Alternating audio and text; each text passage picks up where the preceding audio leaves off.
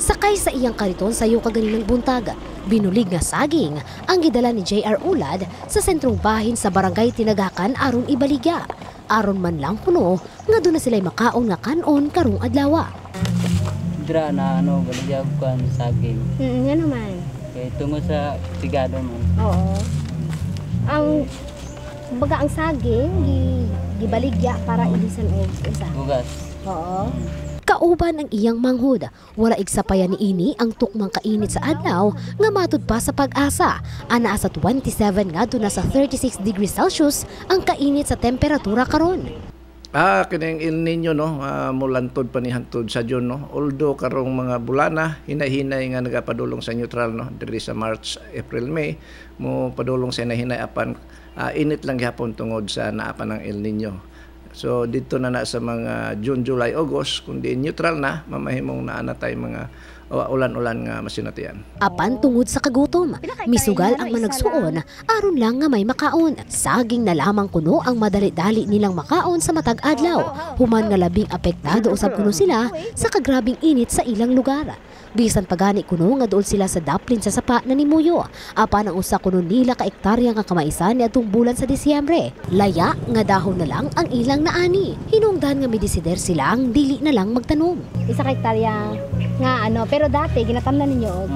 Kung ulan, karon wala na. Sige. Sige ginatamnan ninyo sa una? Mais tapos Kaning maintenance sa 5 ka ektaryang kamaisan usab si Jonelito Jacinto. Ulay nakitaan nga dunay gatindog nga buhing mais ang ilang ginaumahang kamaisan natong bulan pa sa Disyembre. Apan malas lang kuno sa tag-iya tungod sa 5 ka ektarya. Wala gayud kunoy natiti gumikan sa failure nga dala sa El Nino og sukad natong bulan sa Disyembre. Wala na kuno siya maminti ng kaumahan, hinungdan nga namanday na lamang kini sa sikin sa magpapanday sa ilang barangay sa Tinagakan. Tanong sila, bintigan sila ang yung pagtanungan kay wag yun sila nakuha isang kamayan yung itanong nila. Mga pilang isa ka hektarya? Nakuha ni mga 5 hectares. Oo. Ano sa siya last nagtanong ka? Ingan mo ko dahil Disyembre. o December itong pagkuha nila. So wala din siya na Wala yun nakuha nila. Kay walang pangayna po yan ako karon. Dahil magsampit sa akuan ng anday ng balay. Matud pa sa komitiba sa agrikultura sa Barangay Tinagakan nga si Barangay Kagawa Joffrey Salanyo nga halos 6 ka bulan nang nagaantos ang mga residente sa ilang lugar sa tukmang kainit. Kinihuman ni Sairi nga 80% sa mga residente sa Barangay Tinagakan ang pulos mangunguma. Actually, sa diri sa aton sa siyudad sa General Santos City, tungod siguro sa kadaghan bisan nag-declare na ang barangay ang city sang state of calamity, dili siya sa ako lang dili siya sapat, no? Dili sapat nga it is just because of not only Barangay Tinagakan ang nabiktima sa ginatawag nato nga hulaw. Out of 26 barangay naa siguro siya sa magpang nato 50% sa barangay sa Jensan ang nabiktima gyud.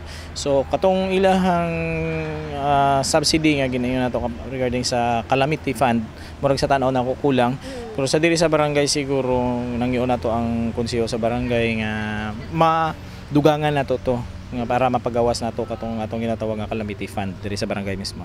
Kahibaluan nga usa lamang ang Barangay Tinagakan sa 8 ka mga barangay nga gipailalom karon sa state of calamity nga gilakipan sa Barangay Batumelong, Upper Labay, Ulimpog, Conel, Mabuhay, Sinawal, San Jose ug ang Barangay Bawing. Apan matud pa kang Kagawad Salanyo nga ugaling man wala gideklara ang state of calamity sa ilang barangay. Siya mismo ang muduol sa lokal nga kagamhanan ning dakbayan aron sa pag-request ni ini. Mato siya ang ginano na ako karon. First is tagaan nato insaktong pagtutok ang ginatawag nato nga problema sa atong mga katawhan, particular sa ingani kay halos tanan diri sa Barangay Tinagakan mga katawhan nato mangunguma, no? So isip isa ka barangay official nagagunit sa komitiba sa pang-agrikultura. Mao tong sulti nako ganiha nga gusto nako nga mag-declare po ta o tawag na to nga calamity, no? Mag-sponsor kita sa konseho sa barangay og resolution declaring ni Barangay Tinagakan under the state of calamity para nga mapagawas na to tong pundo na to aron makapatabang puta dito. Madungag og tabang ngadto sa ato ang mga katawhan nga nanginahanglan. Nasutang bisan ang mga alagang hayop sa maong barangay ang hilabihang naapektuhan. Makitaan sa panglawas sa mga mananap ang pag-antos gumikan sa kainit. Gawas sa maong temperatura, makasinati gayod o krisis sa ilang ginakaon ang mga hayop tungod na nga laya na ang mga sagbot nga ila untang kaunon. Pertig yung kuan na gigado na kayo bilang kuan sa hayop karon nagagat. Ay kit-kit na gani ang uban mo kaon na gani og yuta ay wala man sila makaon nga buhit na kuan. Ning sabot. Kahinumduman nga una nang nahimong init nga hisgutanan sa sesyon sa sangguniang panlungsod ang pagdeklara sa state of calamity.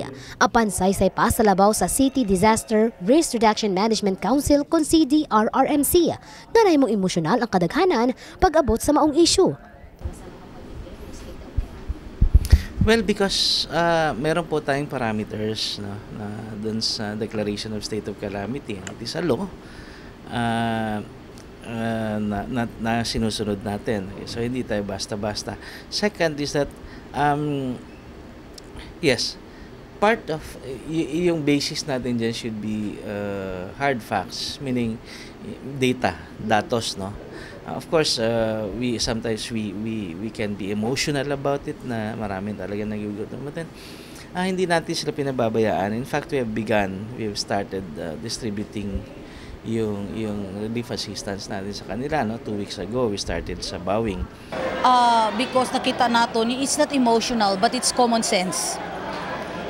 Kay nakita natin nga ang data, no, is very engaged in assessing, no, affected areas is very rigid. No, it's not actually reflective sa kung ano gid ang actual situation sa field. Bisan pa man ini, laong mangmulungtad pa ang kainit sa panahon, apan una na usab nga mipasalig ang lokal nga kagamhanan ning dakbayan nga malauman sa mga naapektuhang barangay ang immediate assistance. Faith Dendon, Brigada News.